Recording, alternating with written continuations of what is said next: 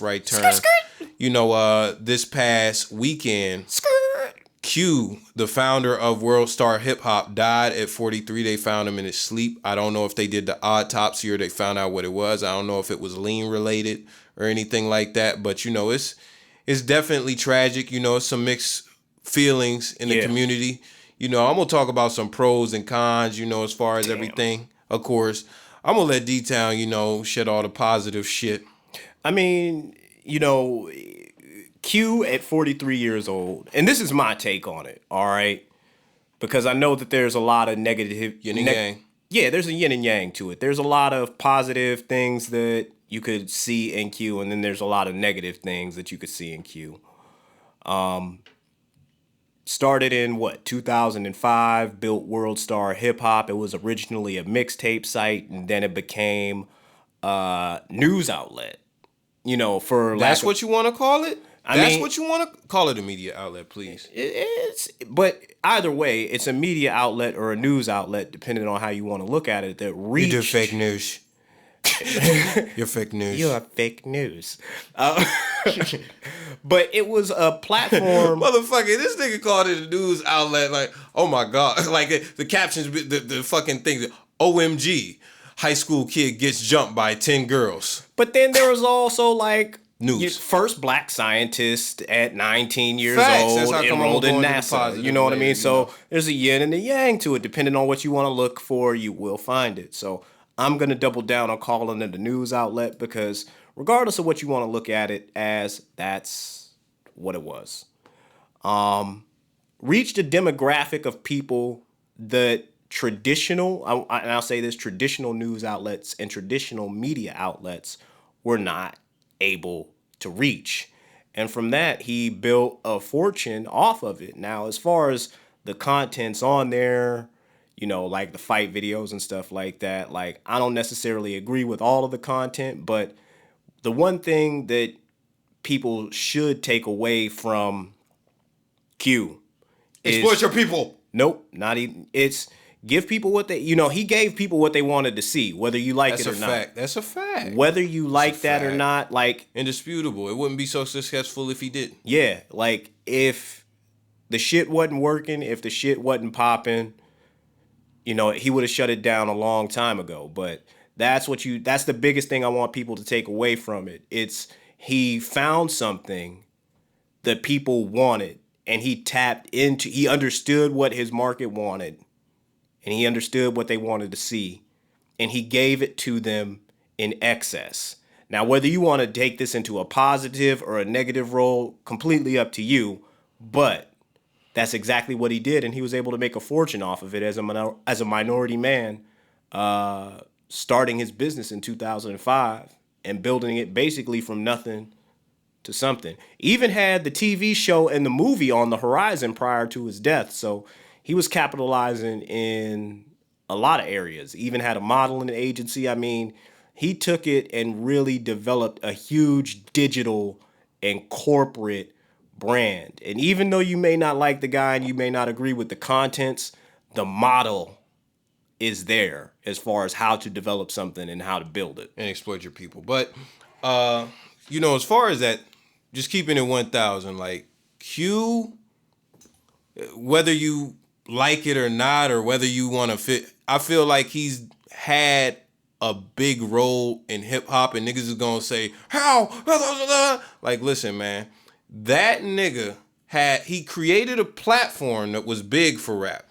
It's people who have made songs about Worldstar. Childish Gambino got a song about Worldstar. People mention it in their songs all the time. He has started careers. Motherfucking Trinidad James and the whole pop the Molly, I'm sweating, woo, would have never popped off. Woo!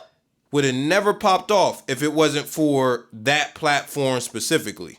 Because even then, I don't think YouTube had open advertising at that time. They may not have even had advertising at all in the videos. So It's like, you couldn't get your video placed on top or anything like that.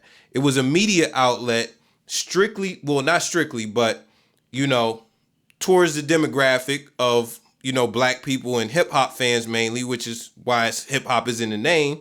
And it gave a lot of good exposure to a lot of artists. You know, a lot of the stuff that was going on as far as like hip hop drama and stuff, you would see all of that on there.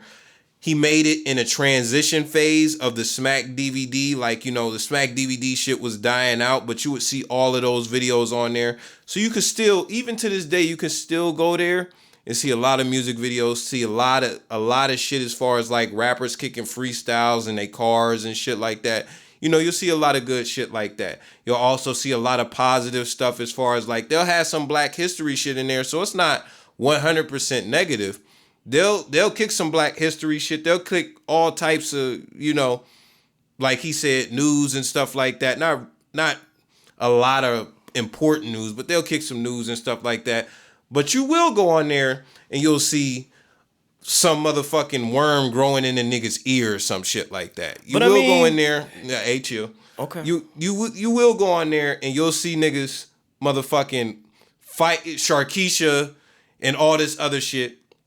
If you want to see fight videos of kids, of fucking kids, yeah, you can go on there. If you want to see fight videos of motherfuckers after the club, yeah, you can go there. That's what Worldstar was really known for at one. I mean, it's still known for fuck shit at this point. And, you know, a lot of the shit, we even had the kid who was on the east side of our city, Youngstown, motherfucking fighting a bus driver or something like that, disrespecting him. That shit made Worldstar. And niggas fit, and it does something to where I'm gonna tell you two things. Niggas see fights or see people getting harmed and they say Worldstar. Yeah. Worldstar. They motherfucking pull out their phones. Motherfuckers, like, you know, so they'll see that shit and they look at it as an opportunity to capitalize, get not even 15 minutes, just 10 seconds of fame. Worldstar off of negativity. You're getting rewarded for negativity. And then you got shit where motherfuckers, I remember a motherfucker seeing a chick on the ledge of a hotel and it looked like she was trying to get to the window. This motherfucker's got his phone out talking about Worldstar and shit. Chick falls off. Motherfucker could have been calling the police or some shit. Could have called the fire station. No, he wanted to record this shit. He wanted to get it on tape. He wanted to have it on Worldstar. You see all types of fuck shit like that. It's not really a positive sight. And I'm gonna tell you why it's not a positive sight and why I really feel like, you know, they're responsible for the shit, because it's not like YouTube where people just can openly put content on there. They filter, like, you know, they actually screen the content that they want on there, and they'll take a fight for free, but a music video you paying a fee. So that's what it is. And they gave people what they wanted.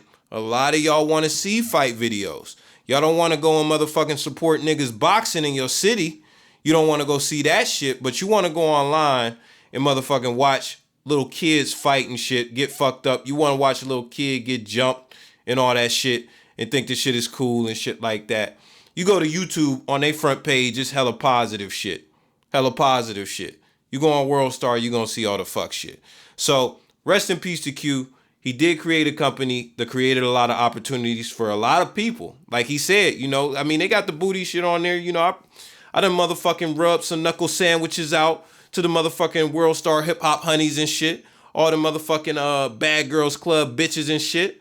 But when it come with knuckle children, sandwiches, whatever, money. But you know, outside of that, man, you know, it is what it is. You take it with a grain of salt, man. That's how I feel about the nigga. And not even him, but just the organization he created. Because I don't know him. Probably a good father, probably a good spouse, probably a good man, all that shit. And I understand you got to put food on your table. And, you know, the niggas like DJ Academic, Shade Room, Boss Hip Media Takeout, they not too much better than him. But even then, you know, they don't have random fight videos on they shit all the time and stuff like that. Random acts of violence. So that's me. I mean, that's definitely a lot. I would recommend, you know, take a look at the business model, because especially if there's any young entrepreneurs out there, like regardless of what you think about the content, like the formula is there. You know what I mean? And that's my key takeaway from it, regardless of what y'all may think. what you guys may say, what your views on the content is. The actual plan is there. And it's not, if you're looking at it like, yo, you got to exploit a whole bunch of people to get money, that's not necessarily what it is. He understood what it was people wanted to see, and he gave it to them in excess. So if you can do that with your product or with your business model, then you can be just as successful, but you have to understand what your consumers want. I mean, That's basic business 101 shit. but people don't really get it, and I think Worldstar is the best example. But let me of tell that. you something. It's the best example of it because you have to take a look at, like, for everybody that's talking about how horrible Worldstar was, they've had to have sat on it in excess for at least one, like 1 point in their life. Like, you know what I mean? For a moment, that was where you went to see new Rick Ross videos, new Jay-Z videos, new up and coming unsigned videos, new battle raps, like all of that stuff. You know what I mean? So it's not all bad. Like, he understood what it was people wanted and gave it to them. And I can't make it any more clear than that. Like, you have to know what your consumers truly and really want and give it to them.